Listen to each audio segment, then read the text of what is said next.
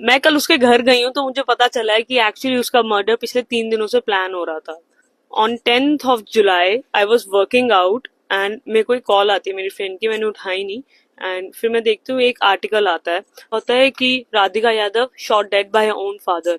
And सबसे पहले मैं राधिका को कॉल करती हूँ और मैं उसको बोलना चाहती हूँ कि थैंक गॉड कि ये तू नहीं है, थैंक गॉड कि ये तू नहीं है। एंड वो मेरा कॉल नहीं पिक करती है। फिर मैं आर्टिकल को फिर दोबारा देखती हूँ और मुझे वो घर देखता है, और बस मुझे ऐसा लगता है कि it's the end of the world.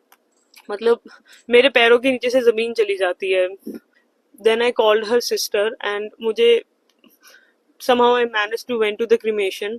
And वहां जाके मुझे ये चीज पता लगती है कि उसके डैड एक्चुअली 3 दिनों से उसकी डेथ प्लान कर रहे थे। इग्नू रिवॉल्वर लेकर आए थे एंड बस उसकी मॉम को दूसरे कमरे में रखा था, उसके भाई को किसी बहाने से बाहर भेज दिया गया था।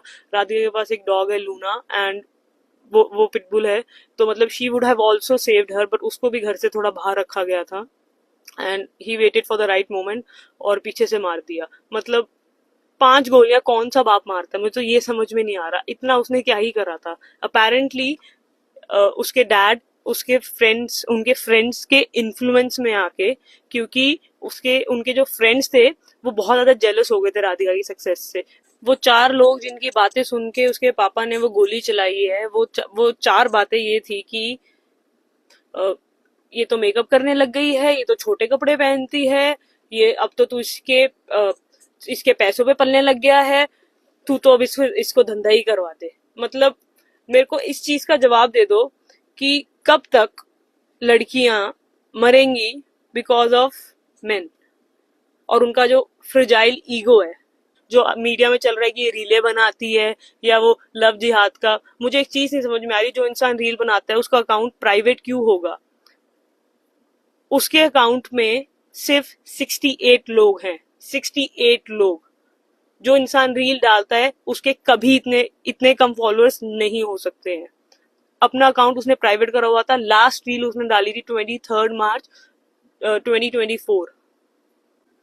मैं रही हूँ उसके साथ, मैं उसको जानती थी और मुझे पता है कि वो बहुत ज्यादा शरीफ थी। बट पिछले 10 दिनों में उसकी लाइफ इतनी ज्यादा मिजरेबल हो गई थी कि उसने बस गिव अप कर दिया था। उसने बोला था कि जो तुम बोलोगे, मैं जैसे तुम बोलोगे मैं रहने को तैयार हूँ। बट वही है, उसके पापा का इतना ज्यादा दिमाग खराब हो रहा था हो, रख, हो रखा था कि कोई फेस पे एक्सप्रेशन भी नहीं था। मतलब वो इंसान को दिख रहा था कि कोई साइकोलॉजिकल प्रॉब्लम है, बट वही है, बात किससे करे। मुझे बस एक चीज समझ में नहीं आती है कि कब तक ये